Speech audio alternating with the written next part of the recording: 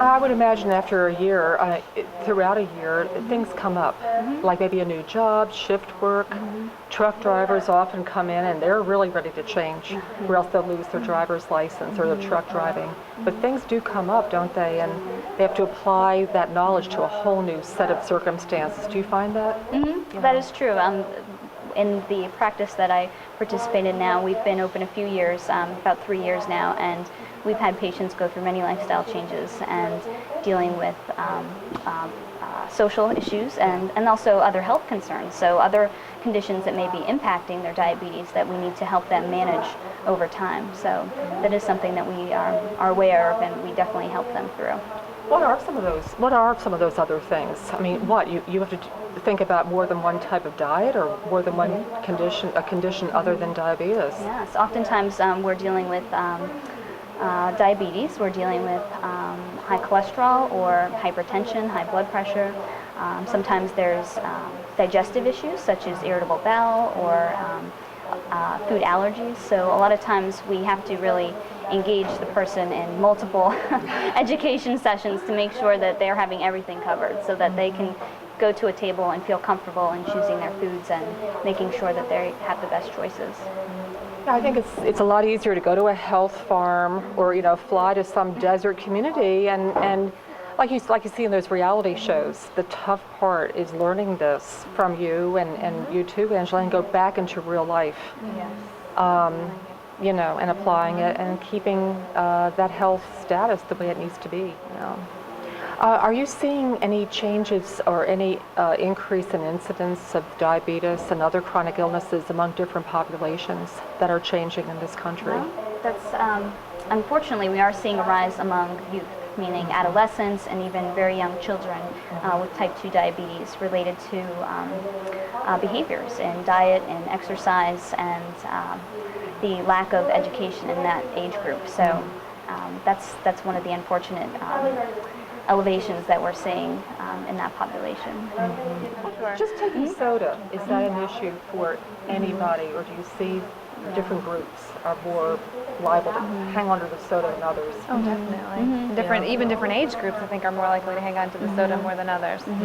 But yeah, you see a lot of different cultural differences, regional differences. Oh, yes. I mean, across anyone you talk to. Yeah, that's for and sure. you have to be very cognizant of what the normal diet would be or where they want to go. And the things that they absolutely will not get rid of, because there's some things that people will hang on to that mean something to them, and you have to be respectful of that.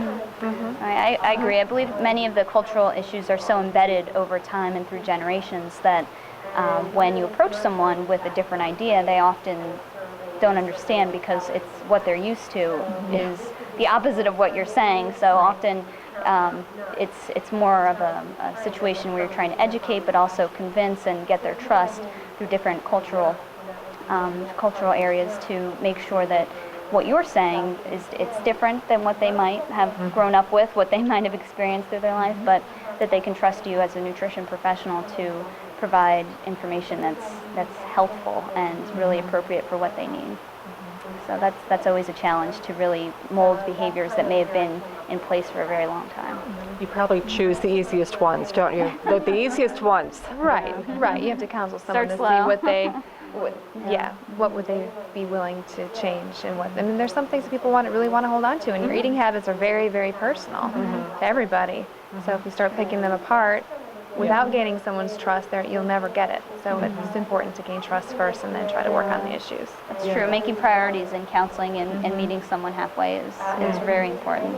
So that's something that a nutrition professional would provide, and is a little different than the basic yes or no education you might hear from physicians, where you can't have this, but eat this, and you can't have that. Where we can become more personal with the individual and make sure that we can meet them halfway.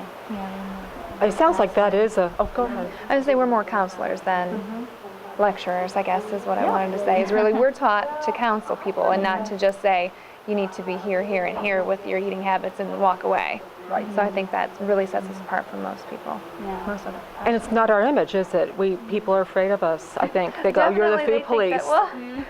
Come in and give you a one-size-fits-all diet plan, and that's not really the way it works. No. No. Now, we're just listening to you, it's a far cry from that. And, you know, how would somebody, let's say they saw this and they go, wow, they aren't the Hoot Police, I want to work with them. How would they find you? How would they find you? To find us for counseling Yeah, purposes? if they want to go to you as a dietitian and be counseled diabetes or your more general practice, how would they find you? Well, certainly the American Dietetic Association website would provide our information if they wanted to search by their location to find a dietitian in their area. They're able to do that.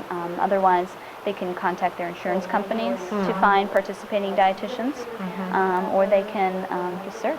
And in Angela's case, Right. the local information. Like a Google search, that kind of thing, yeah.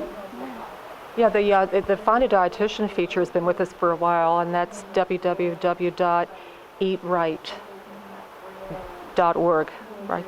.org, yeah. And it's Find a Nutrition Professional. You just input your zip code and what specialty you want and the radius, how far you're willing to go, like what, 25 miles, whatever. And then click and you get all sorts of people, especially Delaware County, or certainly Delaware County. There's quite a lot of people here. Yeah, that's good. Well, thank you so much. Thank you so much for sharing your expertise and just being here today and meeting the public. Thank you. Thank you.